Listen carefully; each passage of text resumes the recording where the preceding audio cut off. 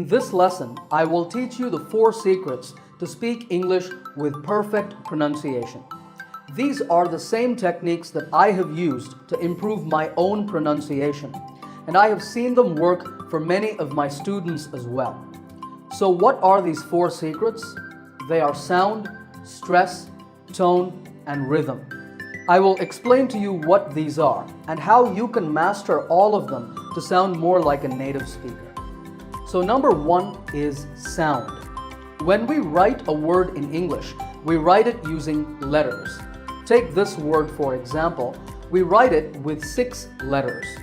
In the same way, when we pronounce a word, we do it using sounds. This word is pronounced school.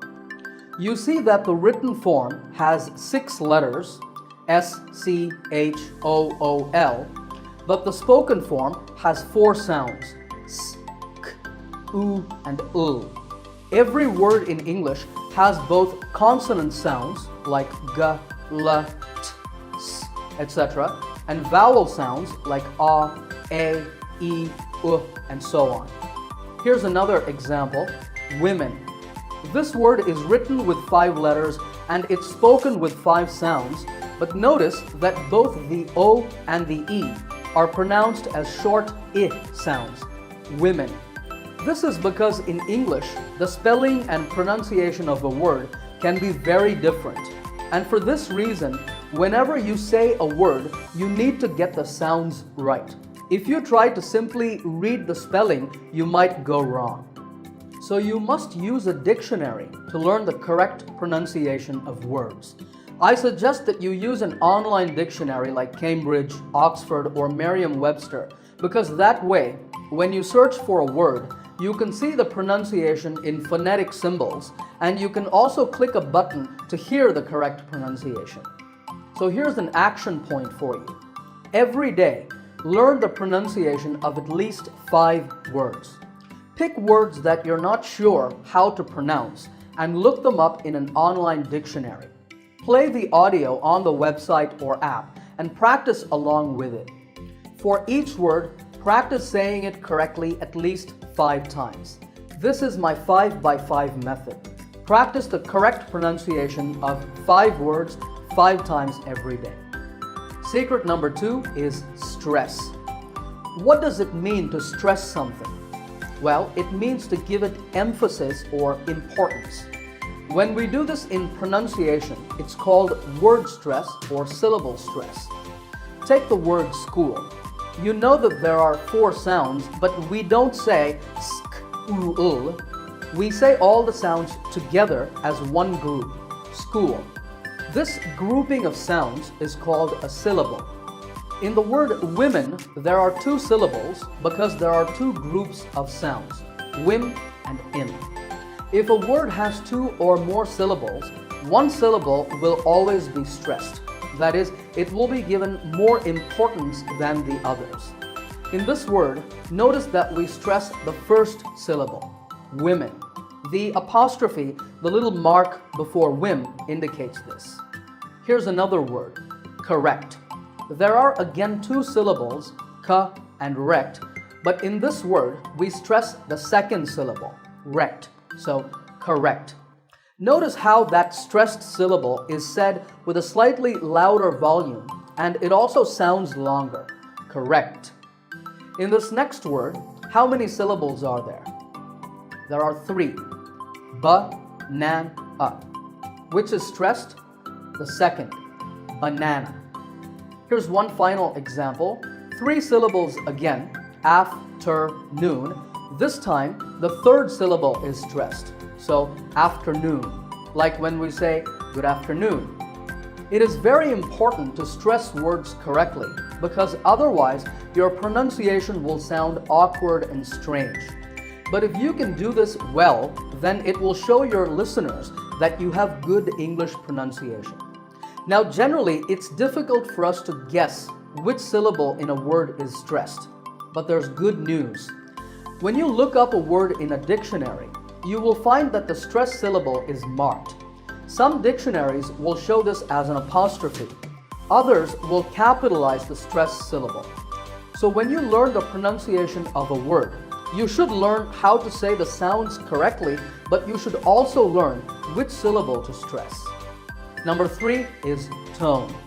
Another name for this is intonation. This means the way our voices go up and down when we speak. So it refers to the changes in the pitch of our voice. Intonation exists in all the languages of the world, but different languages use different tones. So this means that when you speak English, you might be using the intonation of your language. But to sound natural, you need to learn the tones of English. Thankfully, English has just 2 major tones. These are called a rising tone and a falling tone. Have a look at this example. I work as a teacher. This is a falling tone because notice how my voice goes down in pitch at the end. I work as a teacher. Here's another example. Do you like ice cream? This sentence has a rising tone because my voice goes up at the end. Do you like ice cream? And this one, what's your favorite color, has a falling tone. What's your favorite color? These 3 sentences show us the 3 main rules for intonation in English. Statements or affirmative sentences are usually said with a falling tone.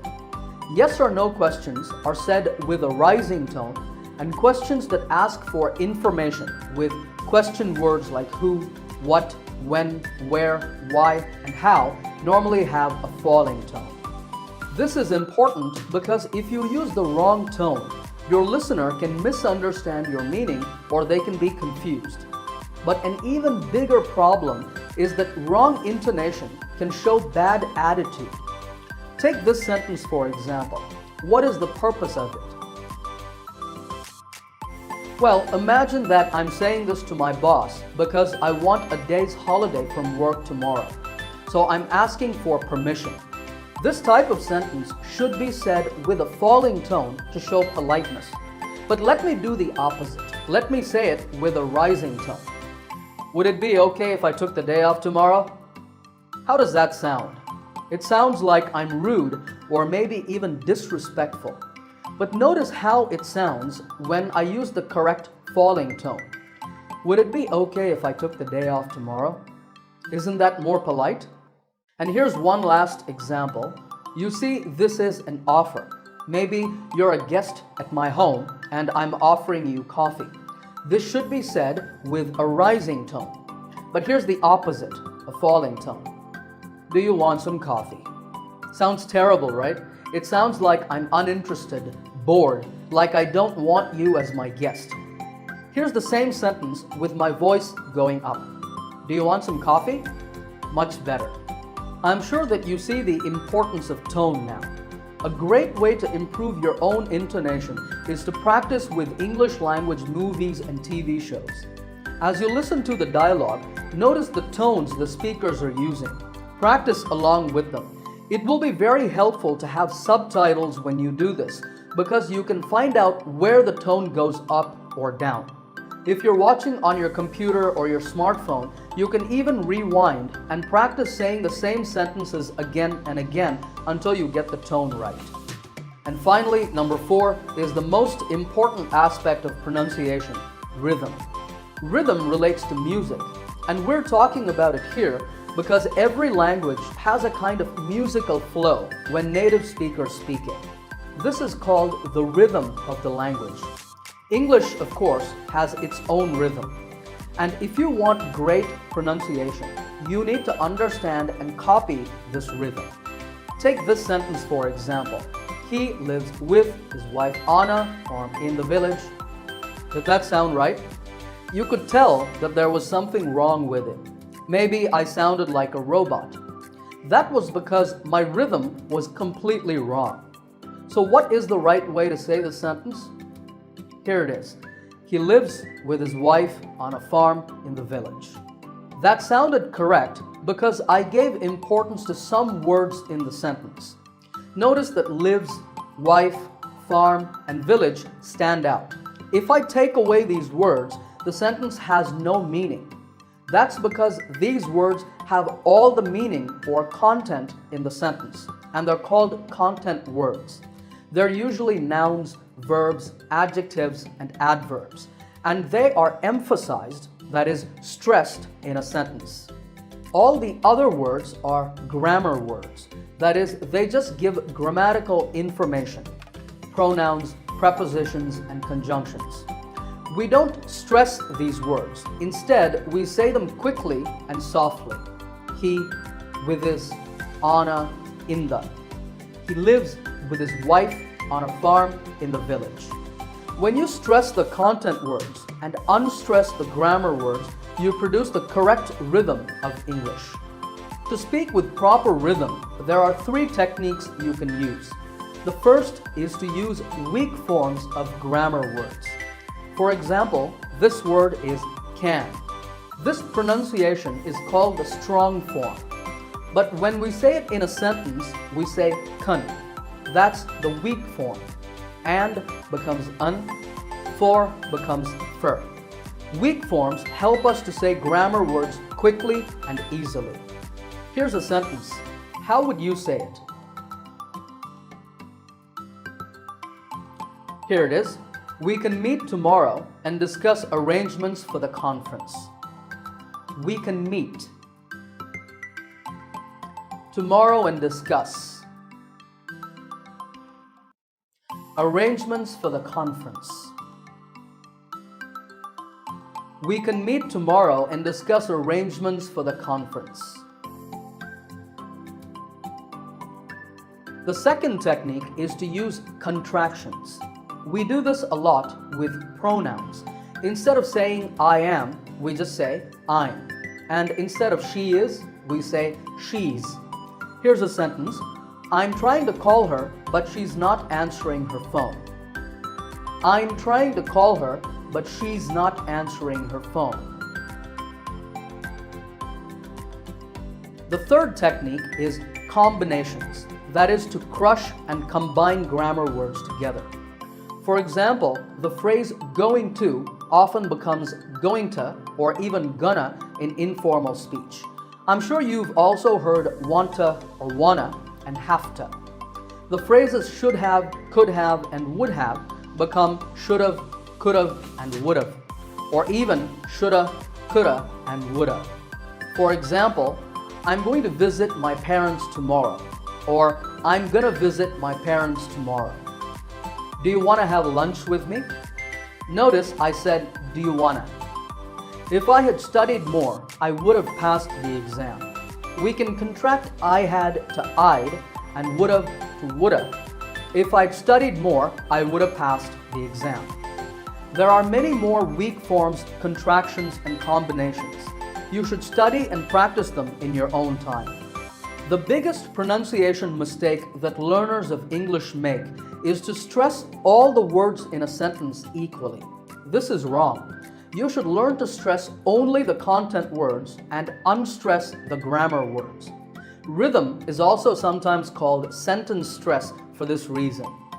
You should work on your rhythm when you watch English language movies and TV shows.